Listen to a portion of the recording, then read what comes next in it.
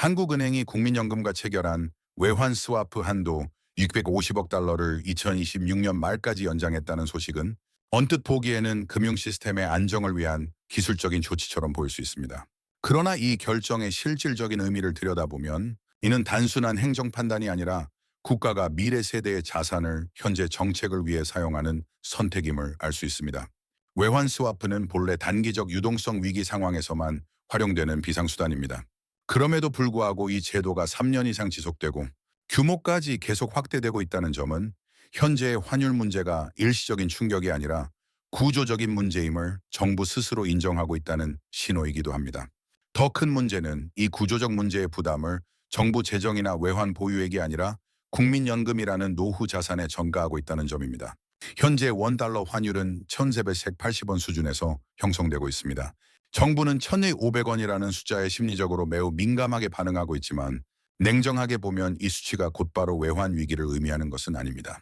한국의 외환 보유액은 4,156억 달러로 세계 9위 수준이며 한국은 순대 외채권국입니다. 이는 외국에서 빌린 돈보다 빌려준 돈이 더 많다는 뜻으로 외환 유동성 측면에서는 상당히 안정적인 구조입니다. 1997년 외환 위기 당시 외환 보유액이 39억 달러에 불과했던 상황과 비교하면 지금은 전혀 다른 환경입니다. 그럼에도 불구하고 정부가 연기금을 동원할 정도로 환율 방어에 집착하는 이유는 경제적 위기라기보다 정치적 부담과 물가 안정에 대한 단기적 압박 때문이라고 보는 것이 더 현실적인 해석입니다. 2024년 국민연금 수익률 15%라는 수치는 많은 국민들에게 안도감을 주었습니다. 언론은 이를 두고 국민연금 운영 능력의 성과라고 표현했지만 이 평가는 사실을 온전히 반영하지 못합니다. 해당 수익률의 상당 부분은 운영 전략의 결과라기보다는 외부 환경의 산물입니다. 미국 주식시장은 2024년에 역사적인 상승장을 기록했고 여기에 원화 가치 급락이라는 환율 효과가 더해졌습니다. 즉 같은 자산이라도 달러로 평가했을 때와 원화로 환산했을 때의 수익률 차이가 크게 벌어졌던 것입니다. 이러한 환경적 요인을 제거하고 순수한 운용 성과만 본다면 국민연금의 실제 투자 역량을 과대평가하기 어렵습니다. 문제는 정부가 이 착시 효과를 이용해 정책의 위험성을 희석시키고 있다는 점입니다. 국민연금은 정부의 자산도 정책 수단도 아닙니다. 이는 국민 개개인이 법적으로 강제 납부하는 노후 대비 자산이며 그 목적은 오직 하나, 노후 소득 보장입니다. 그럼에도 불구하고 정부는 국민연금을 마치 당장 사용하지 않아도 되는 유보자금처럼 취급하고 있습니다. 이는 매우 위험한 사고방식입니다. 연기금은 시간이 흐를수록 복리 효과를 통해 가치가 커지는 구조를 가지고 있으며 초기 손실이나 기회비용은 수십 년 후 눈덩이처럼 불어나 돌아옵니다. 정부가 현재의 환율 안정을 위해 국민연금을 사용하는 것은 단기적으로는 눈에 띄지 않을 수 있지만 장기적으로는 국민 개개인의 노후를 잠식하는 결과를 낳게 됩니다. 이는 세대 간 자산 이전이라는 측면에서도 심각한 문제를 내포하고 있습니다. 외환 스와프의 핵심은 국민연금이 외환 시장에서 직접 달러를 매입하지 않도록 만드는 데 있습니다. 국민연금이 한국은행으로부터 달러를 빌리면 시장의 달러 수요는 증가하지 않고 그 결과 환율 상승 압력은 인위적으로 억제됩니다. 정부 입장에서는 환율 안정을 달성한 것처럼 보이지만 국민연금 입장에서는 환율 상승으로 얻을 수 있었던 추가 수익을 포기하게 됩니다.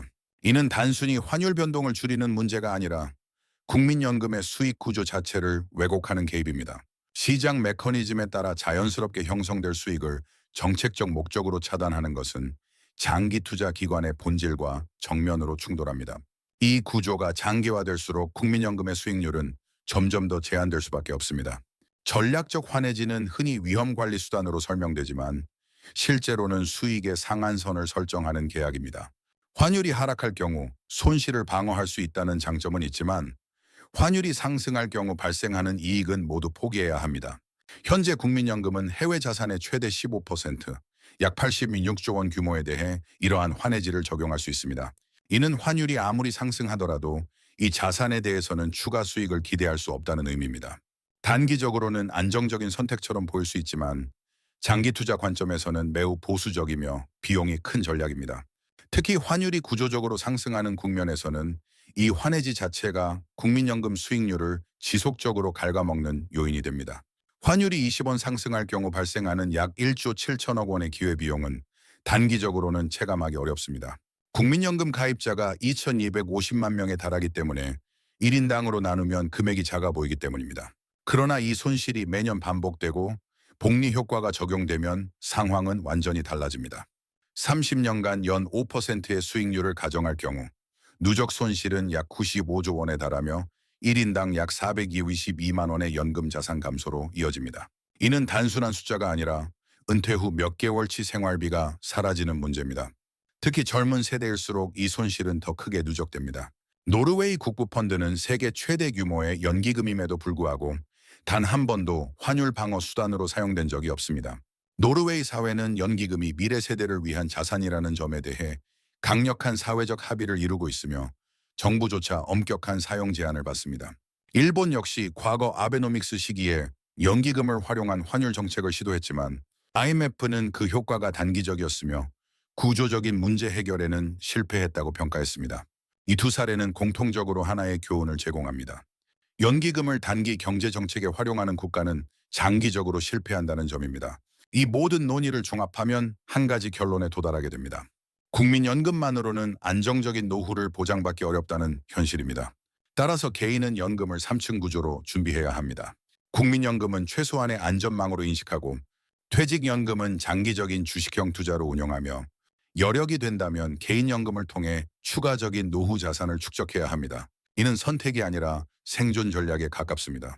정부 정책은 언제든 변할 수 있지만 노후는 개인이 직접 책임져야 하기 때문입니다. 정부는 지금 선택했습니다.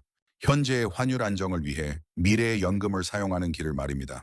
이 선택의 결과는 오늘 당장 나타나지 않습니다. 그러나 20년, 30년 뒤 우리가 받게 될 연금 액수로 반드시 청구서가 날아올 것입니다. 위기는 항상 조용히 다가옵니다. 하지만 지금 이 순간 경고 신호는 충분히 켜져 있습니다. 그 신호를 읽고 대비하는 것은 이제 국민 개개인의 몫입니다.